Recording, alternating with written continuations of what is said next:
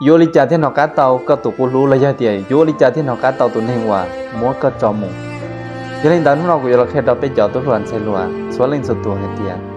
số kêuอยู่nó cá tàu ít tụ tí nên từ mù chỉ là tiền muốn người block tại lấy tiền chạy tàu có sông mù tất sĩ cái chủ cái tàu biến gì nó giờ tiền thầu có tàu biến gì nó lại cũng chạy tiền có giờ chủ nó cá tàu nên mù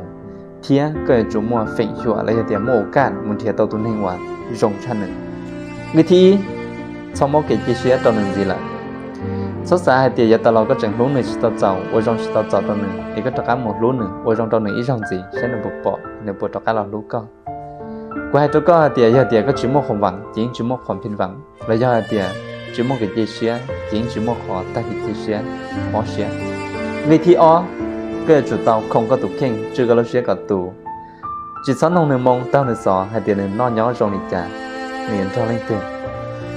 Số sẽ đi nuôi nữa, tạm được có lúc này mù, nín chỉ theo các tủ rú lại.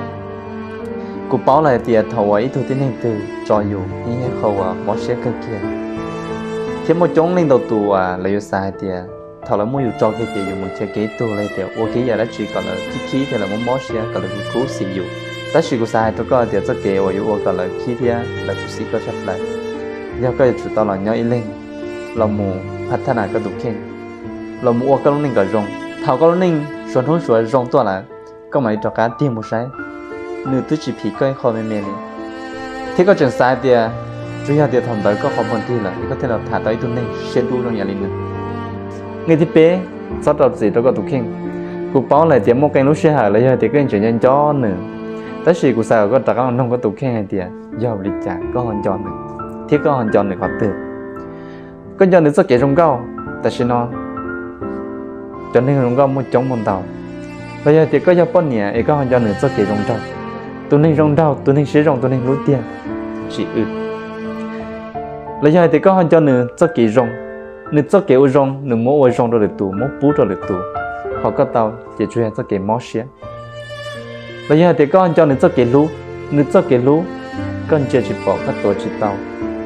em linh ta hai trận cho đã chỉ rong và có hoàn cho nửa và có yếu vượt cho nửa gì là ít tụi này hòa nương lú cò, thì cái tụi nước khu, tai tiện nín chỉ khét tàn được con một, tụi này hòa khét tàn được cái tao kể, nín chỉ giao các tụi này chế, nín chỉ giao các tụi gì chế.